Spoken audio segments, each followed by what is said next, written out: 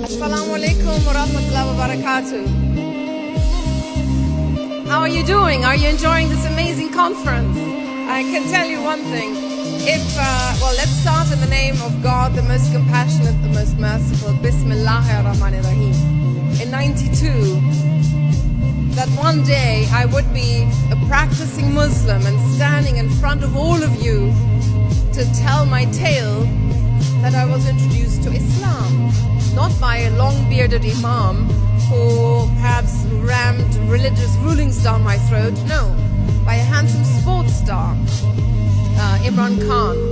And I don't know if you know Imran Khan here in America. He was the captain of a cricket team in Pakistan. And he is now running for Prime Minister also in Pakistan. I would have said to them they must be absolutely mad, because I was living a life very far from religion, let alone Islam. I was working in an environment, that obviously was filled with lights, glamour, action, stars, all sorts of things, but not exactly spirituality. But God works in mysterious ways, and He knows what He's doing.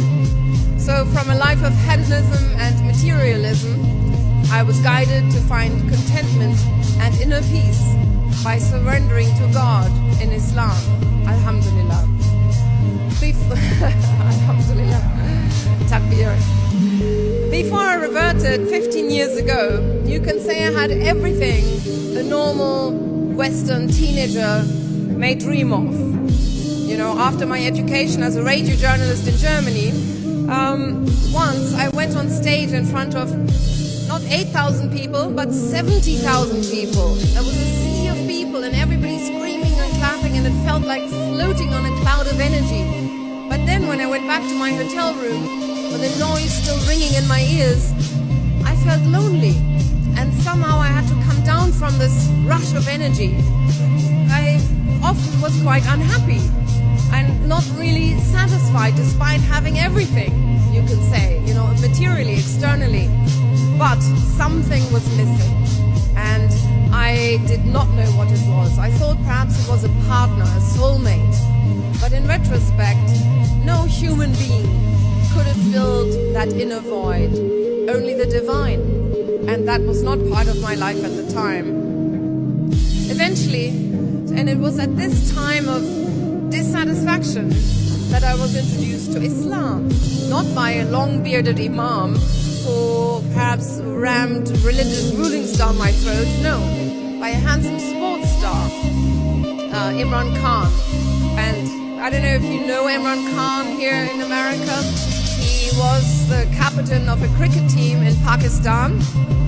And he is now running for Prime Minister also in Pakistan. Anyway, so he talked about philosophy, and I always liked philosophy. He talked about Islamic philosophy. And in fact, just when I met him, he had just won the World Cup for Pakistan, which had completely passed me by, because being German, I wasn't raised with cricket, so I had no idea who he was. Anyway, he challenged me about the my ethical and moral values, you could say. He asked me, what was the purpose of life? What is the purpose of our life?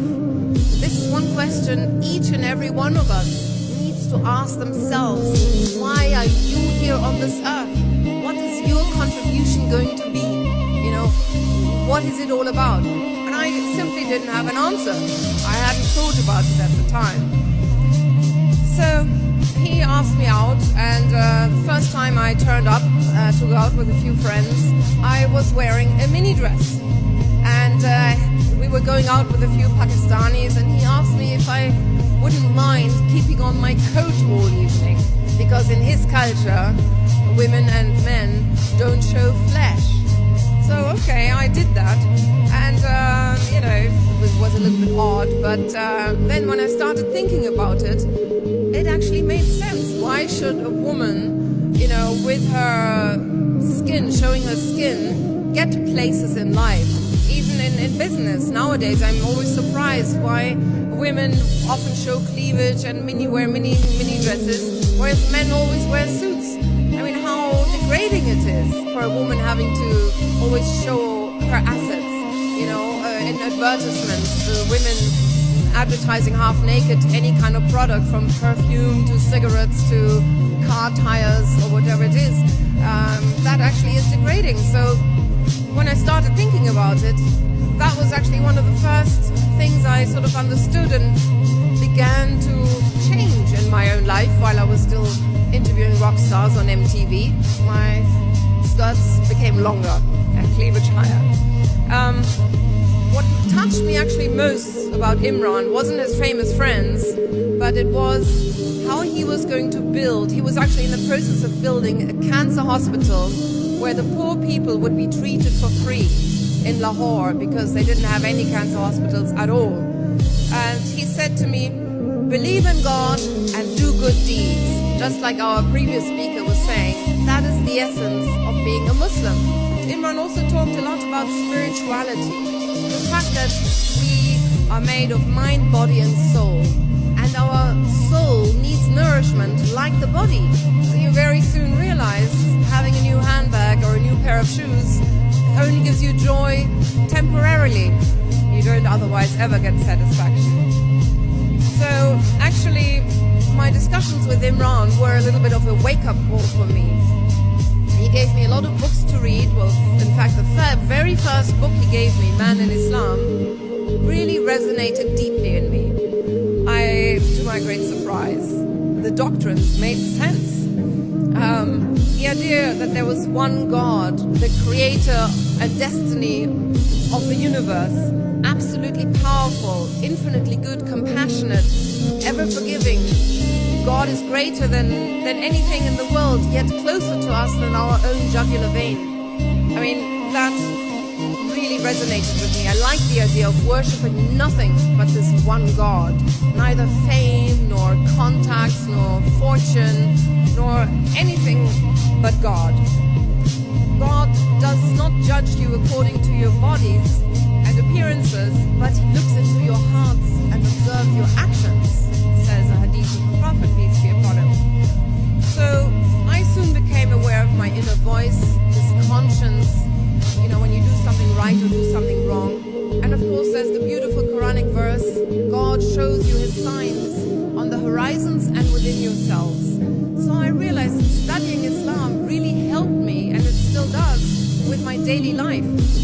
When I felt stressed out and under pressure, the verse in the Quran, that God does not burden any soul with more than he can bear, always encouraged me. You can do it, or the idea that God rewards our efforts and our intentions gives a very relaxing feeling. As long as you know you've done your best, you leave the rest in the hands of God. The outcome is in God's hands of everything we do. So after 3 years of researching, and my friendship with Imran actually had finished, I realized Islam is not an academic exercise. If I wanted to taste the spiritual fruits and feel the religion, feel the spiritual fruits, there was only one way. Get down on your prayer mat and start practicing. So since then, I must say that inner void is filled with meaning, and prayers, dhikr, reading about Islam, God, how to better your character is my internal inspiration. Alhamdulillah.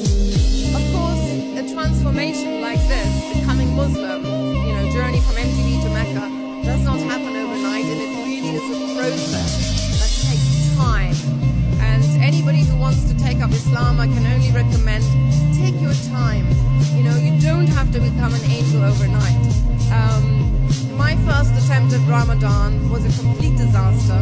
I went out clubbing the night before, was in bed next day with a pounding headache, I had a bit too much of champagne, and gave up Ramadan fasting at lunch. This was when Ramadan was in the winter, I'm ashamed to admit, but may God forgive me my bad beginnings. Since then, I gave up alcohol and am flying through every Ramadan, alhamdulillah. Even now, 18 hours fasting in England. But God's grace. And with this, thank you. You've been doing it for even longer. But with this, I've discovered a very important secret of Islam.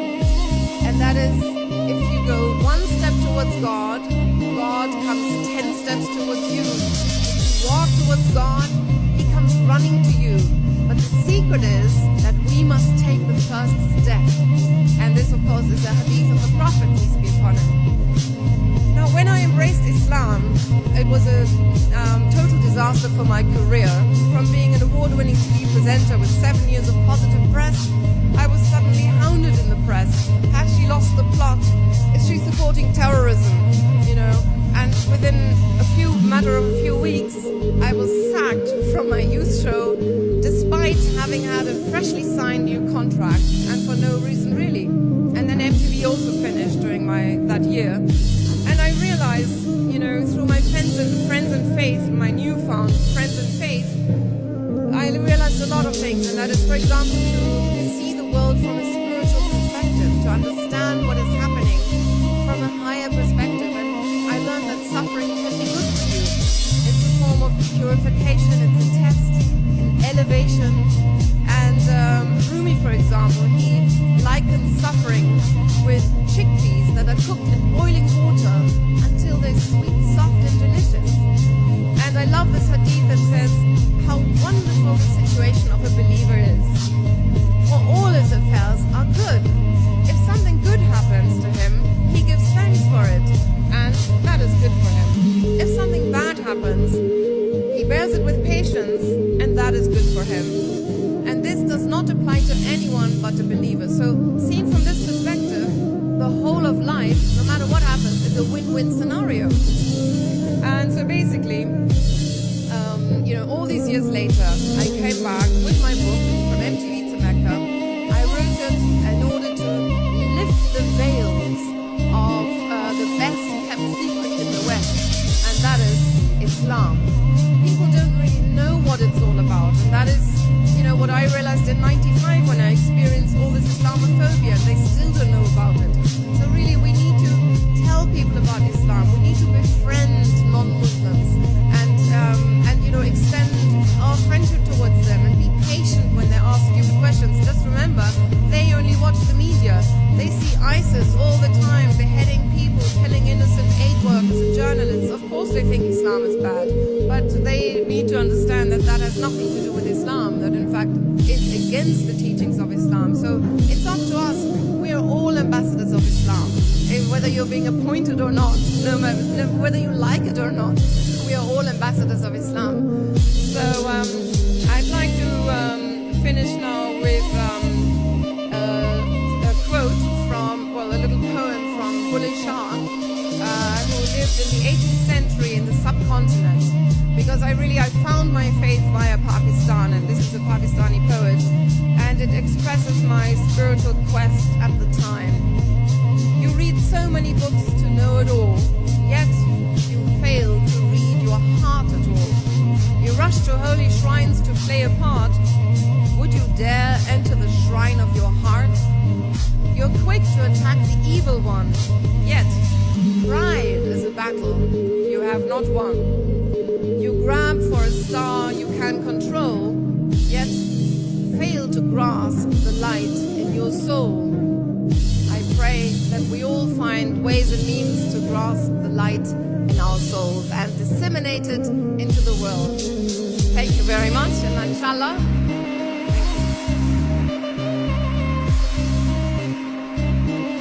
Inshallah, see you after this session at the Awakening booth, where I think I have my book and we'll be doing some book signings.